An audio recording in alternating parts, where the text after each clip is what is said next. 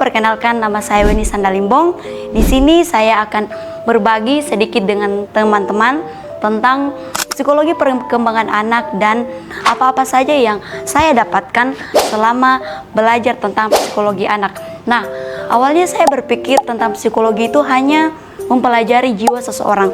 Tapi ternyata setelah saya belajar psikologi, ternyata saya menjadi mengenal diri saya sendiri. Saya belajar mengenal bagaimana pola asuh yang diterapkan oleh orang tua saya ketika saya kecil, sampai dengan akhirnya itu berpengaruh sampai dengan saya dewasa seperti dengan yang sekarang.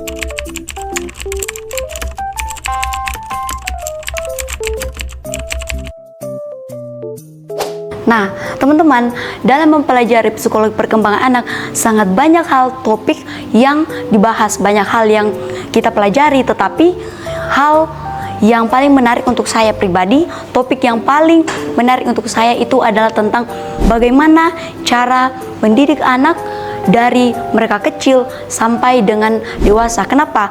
Karena setelah saya mempelajari psikologi perkembangan anak, saya menjadi mengerti bahwa ternyata cara mendidik anak dari mereka kecil itu sangat mempengaruhi masa depan anak ke depannya. Karena itu, di sini juga kita belajar bahwa peran orang tua itu sangat penting dalam mendidik anak-anaknya.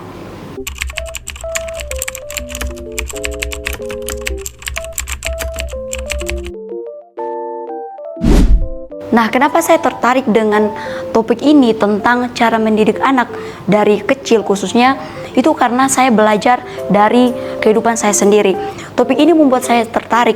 Saya menjadi tahu bahwa ternyata menjadi orang tua itu sangat tidak mudah, teman-teman.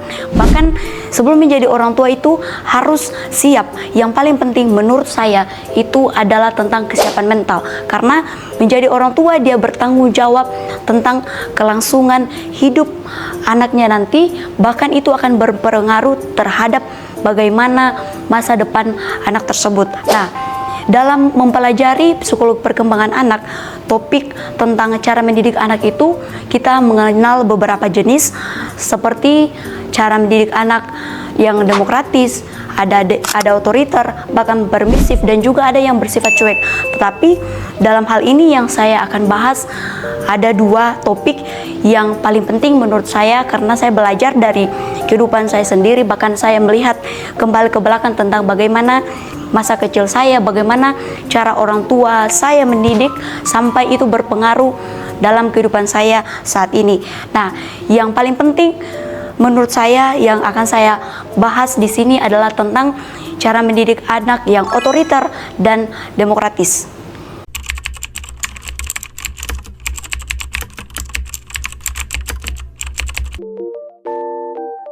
Nah, teman-teman mungkin bertanya, seperti apa sih cara mendidik anak yang otoriter dan demokratis itu? Nah, saya akan berbagi dengan teman-teman apa yang dimaksud dengan cara mendidik anak atau pola asuh anak yang otoriter dan demokratis. Nah, cara didik anak yang otoriter itu adalah dalam cara didiknya itu sistemnya harus taat kepada aturan dari orang tua. Nah, pola asuh ini sangat mempengaruhi bagaimana perkembangan anak, bagaimana masa depan anak nantinya, karena yang diterapkan adalah ketika orang tua mengatakan sesuatu atau aturan di dalam keluarga, anak tersebut harus mematuhi.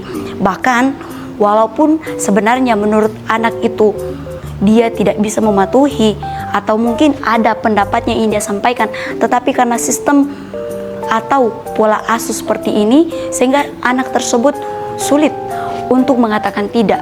Dan setelah saya mempelajari topik ini, ternyata pola asuh otoriter ini membuat anak itu menjadi tertutup. Bahkan anak tersebut akan sulit untuk menyampaikan pendapatnya sendiri. Karena apa? Ketika dia ingin menyampaikan, ada rasa takut di dalam dirinya. Karena ketika sistem atau cara didik yang otoriter itu akan selalu membuat anak tersebut cenderung untuk mengatakan iya dan mematuhi setiap peraturan yang diterapkan oleh orang tuanya. Nah, cara seperti ini membuat anak tertutup. bahkan sulit bersosialisasi dengan teman-teman yang lain, bahkan membuat anak ini gampang tertekan, cepat stres, dan juga akan sulit untuk menerima masukan-masukan dari luar karena dia tidak terbiasa dari kecil untuk berkomunikasi atau berdiskusi dengan orang lain, karena yang dia tahu bahwa dia hanya bisa menerima kata ya dan dia sulit untuk mengatakan tidak. Nah, ternyata pola asuh seperti ini juga akan membentuk anak itu memiliki karakter yang biasa kita kenal sekarang, istilahnya itu adalah people pleaser atau tidak enakan. Dan ternyata karakter seperti ini itu tidak baik. Kenapa saya berkata seperti ini, teman-teman? Karena saya sendiri pun mengalami. Dari kecil saya hidup di dalam didikan orang tua yang disiplin dan selalu menekankan bahwa apa yang dikatakan oleh orang tua itu harus saya turuti. Kemudian yang kedua, tentang pola asuh atau cara mendidik anak yang demokratis. Nah, kalau saya membandingkan dari keduanya ini antara otoriter dan demokratis, saya lebih memilih demokratis. Kenapa? Karena cara mendidik anak yang demokratis ini itu membuat anak itu bisa mengungkapkan isi hatinya, dia bisa menyampaikan pendapatnya, sehingga keterbukaan dengan orang tua itu akan lebih luas. Bahkan juga keharmonisan di dalam keluarga itu akan lebih baik. Kenapa? Karena ketika sistem ini yang diterapkan dalam keluarga, anak-anak tidak akan merasa takut untuk menyampaikan pendapat mereka. Mereka akan bersifat lebih terbuka dibandingkan dengan cara didik yang otoriter yang sifatnya lebih tertutup.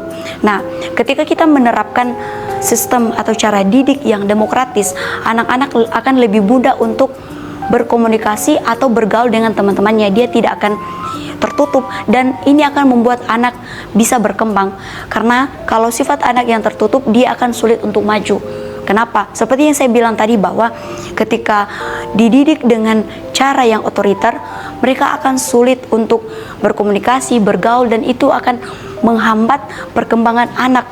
Itu akan berpengaruh dengan masa depannya, dia akan sulit berkembang. Tetapi kalau dia demokratis, sejak kecil dia akan dilatih bagaimana dia menyampaikan pendapatnya dengan orang tuanya, sehingga ketika dia dewasa pun dia bisa berkomunikasi, dia bisa bertukar pikiran, bersosialisasi dengan orang-orang sekitarnya, termasuk teman-teman pergaulannya. Jadi kalau misalnya kalau saya ditanya dengan pribadi saya sendiri lebih memilih apa, sistem otoriter atau dengan demokratis, saya akan lebih memilih, saya lebih cenderung berpihak kepada cara didik yang demokratis, karena anak-anak akan lebih bisa terbuka dengan orang tua, sehingga keterbukaan di dalam keluarga antara orang tua dan anak, begitu pun sebaliknya, itu akan lebih gampang terbangun. Dan anak-anak pun juga mereka tidak akan gampang tertekan, mereka tidak akan gampang merasa depresi, stres. Karena apa? Mereka bisa terbuka ketika ada masalah, mereka bisa sampaikan kepada orang tua, mereka bisa terbuka dibandingkan dengan anak yang tertutup, dia akan menyimpannya sendiri, sehingga itu akan membuat anak cenderung lebih gampang tertekan, lebih gampang depresi, dan itu akan sangat mempengaruhi bagaimana masa depan anak tersebut. Kalau teman-teman bertanya bagaimana sistem atau cara didik yang orang tua saya terapkan ketika saya kecil, ketika saya kembali melihat ke belakang, saya melihat bahwa cara didik mereka lebih ke otoriter, walaupun tidak sepenuhnya. Tetapi kalau dibandingkan antara demokratis dengan otoriter, itu lebih banyak berkaitan atau lebih cenderung kepada cara didik yang otoriter. Kenapa? Karena dengan cara didik yang otoriter itu, saya menjadi anak yang tertutup, bahkan orang yang tidak enakan. Dan setelah saya belajar psikologi perkembangan ini, saya menjadi mengenal diri saya sendiri, dan saya jadi tahu kenapa karakter saya bisa terbentuk seperti ini. Itu ternyata dimulai dari sejak kecil, dan ternyata itu juga dipengaruhi oleh cara didik orang tua saya dulu ketika saya masih kecil. Saya terbentuk menjadi anak yang tertutup, sulit terbuka. Bahkan teman-teman tahu, dari cara didik di masa kecil saya itu membuat saya tidak bisa terbuka dengan orang tua saya sendiri. Ketika ada masalah, bahkan masalah yang mungkin sebenarnya saya sangat ingin berbagi dengan mereka, tetapi saya memilih untuk lebih tertutup, menutupi karena saya tidak terbiasa berkomunikasi dengan mereka, menyampaikan isi hatinya saya kepada mereka. Dan saya merasa bahwa saya bahkan lebih bisa terbuka dengan teman-teman saya daripada orang tua saya sendiri. Ketika saya ingin bercerita, saya sulit untuk menyampaikan apa yang saya rasakan. Dan ketika ada pun masalah seperti itu, dan dampaknya dengan diri saya sendiri adalah saya menjadi gampang, terkadang kalau ada masalah yang sangat sulit untuk saya simpan sendiri, tapi saya tidak bisa berbagi dengan siapapun, itu membuat saya tertekan. Padahal sebenarnya kita bisa cerita atau berbagi dengan orang lain, terlebih dengan orang tua kita sendiri. Tetapi karena sifat saya yang sudah terbentuk sejak dari kecil itu, sehingga saya lebih memilih untuk menutupi, dan ternyata itu tidak baik. Kemudian yang kedua adalah saya menjadi orang yang tidak enakan atau people pleaser yang tadi, dan itu ternyata sangat tidak menyenangkan teman-teman. Kadang hal-hal yang sebenarnya kita tidak bisa atau kita mau bilang tidak, tetapi karena tidak enak sehingga kita harus selalu mengatakan iya, padahal itu membuat diri kita sendiri tersiksa.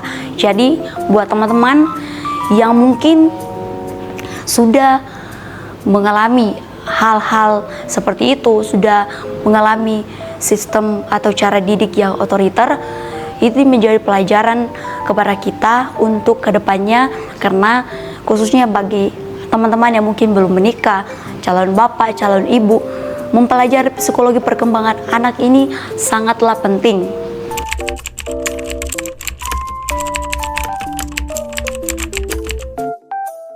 Nah, kalau misalnya teman-teman bertanya dengan saya, apakah kamu menyesal dengan cara didik orang tuamu dulu yang mungkin lebih cenderung kepada cara didik yang otoriter?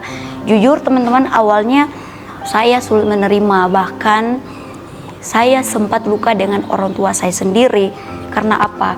Saya merasa bahwa karena mereka membentuk saya menjadi orang yang tertutup, saya tidak bisa terbuka, dan itu sangat berpengaruh dengan kehidupan saya yang sekarang. Tetapi saya memilih bahwa tidak ada yang perlu disesali karena semua juga sudah terjadi.